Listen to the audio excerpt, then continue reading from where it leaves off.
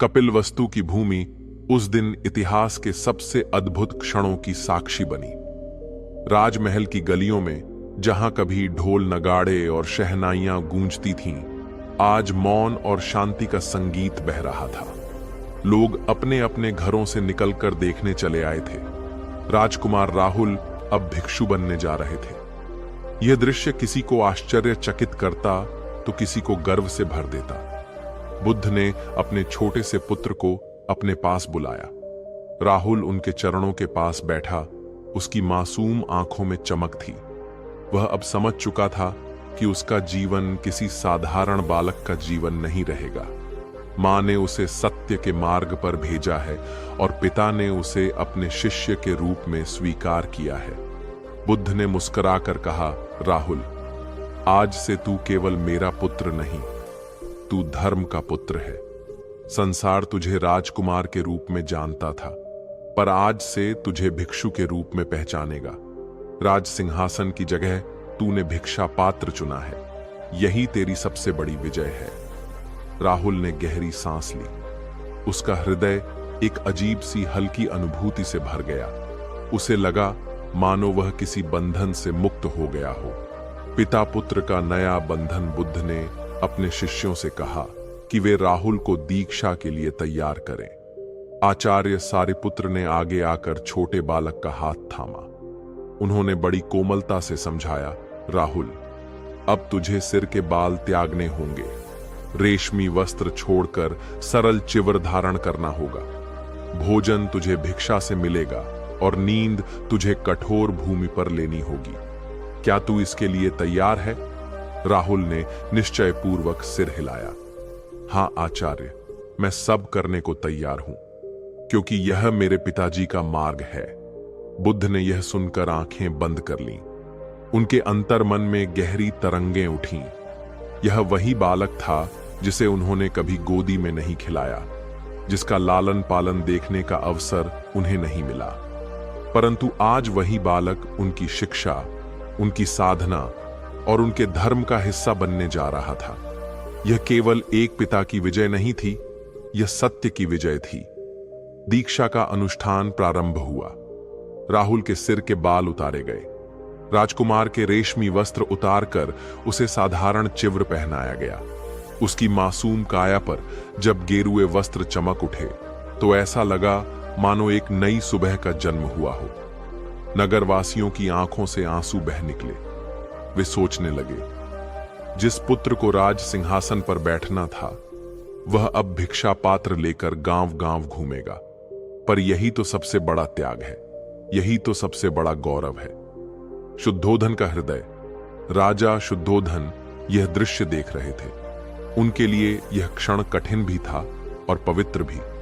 उनके मन में पिता का स्नेह उमड़ रहा था। वह सोचते, मैंने अपने बेटे को खोया था, अब अपने पोते को भी खोना पड़ रहा है। परंतु अगले ही क्षण उनके भीतर गर्व की लहर दौड़ गई।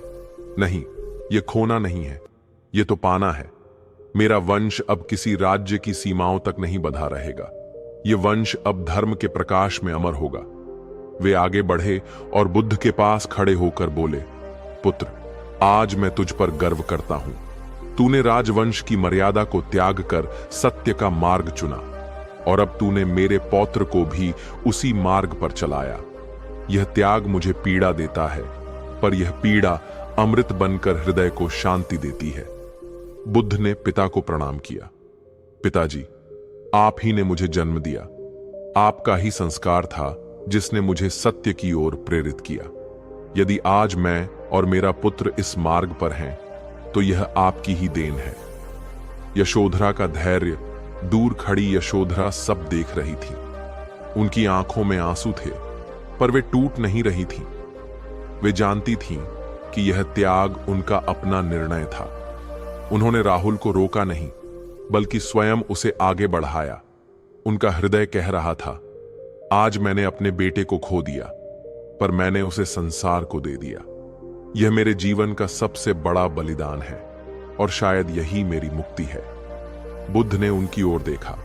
उनकी करुणा भरी दृष्टि ने यशोधरा के त्याग को प्रणाम किया। वे जानते थे, यदि यशोधरा न होती तो यह क्षण कभी घटित नहीं होता। नया इतिहास दीक्षा पूर्ण हुई। अब छोटा राहुल भिक्षु राहुल कहलाने लगा। उसकी नन्ही हथेलियों में भिक्षा पात्र रखा गया। नगरवासी आश्चर्य से उसे देख रहे थे। देखो, ये वही राजकुमार है जो कल तक सोने की पालकी में बैठता था।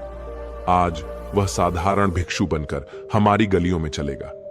क्या यही सच्चा वैभव नहीं? कपिलवस्तु की गलियां गूंज उठी। ये किसी युद्ध की विजय नहीं थी, न किसी राज तिलक की। ये विजय थी त्याग की, साधना की और सत्य की। बुद्ध ने राहुल को अपने पास खड़ा किया। उनके हृदय में गर्व था, पर वह गर्व अहंकार नहीं था। वह गर्व करुणा में डूबा हुआ था। आज से तू मेरा उत्तराधिकारी नहीं, धर्म का उत्तराधिकारी है। तेरी यात्रा कठिन होगी, पर यही यात्रा तुझे अमर बना देगी। और इस प्रकार पिता और पुत्र के बीच एक नया बंधन स्थापित हुआ। यह बंधन रक्त का नहीं था, यह बंधन सत्य और साधना का था। कपिलवस्तु ने उस दिन एक नया इतिहास देखा। कपिलवस्तु की धरती पर जब यह अद्भुत मिलन घटित हुआ, तब केवल एक परिवार की कथा नहीं बनी, बल्कि युगों युगों तक गूंजने वाली गाथा रची गई।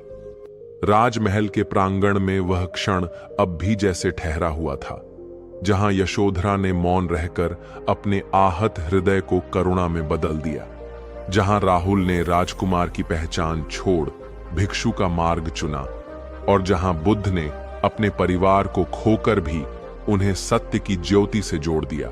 यह पुनर्मिलन केवल पति पत्नी, पिता पुत्र या माता पुत्री का नहीं था, यह आत्माओं का मिलन था। यशोधरा और बुद्ध दोनों ने ही त्याग की पराकाष्ठा को छुआ।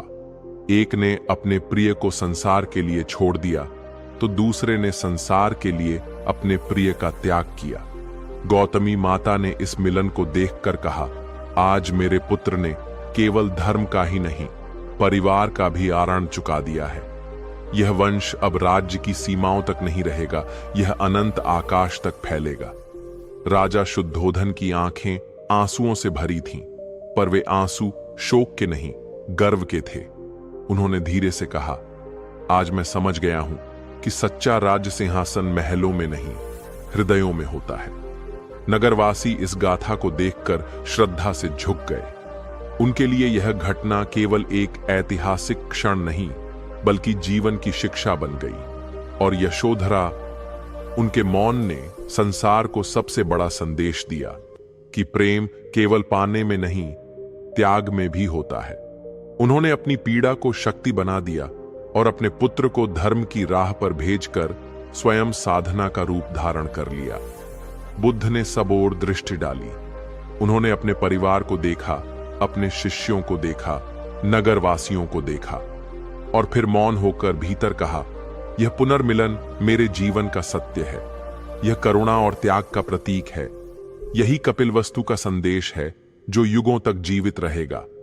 इस प्रकार कपिलवस्तु केवल एक नगर न रहा, वह करुणा, त्याग और समझ का प्रतीक बन गया। जहां एक ओर पुत्र ने पिता को पाया, वहीं मानवता ने बुद्ध को पाया। जहां यशोधरा ने मौन साधा, वहीं संसार ने त्याग की वाणी सुनी। और जहां परिवार ने पुनर्मिलन किया, वहीं आत्माओं ने मुक्ति का स्पर्श पाया। यह कहानी वहीं थम जाती है, पर इसकी गूंज अनंत है, क्योंकि कपिलवस्तु का यह पुनर्मिलन आज भी हमें सिखाता है, करुणा ही सच्चा धर्म है और त्याग ही सच्चा प्रेम।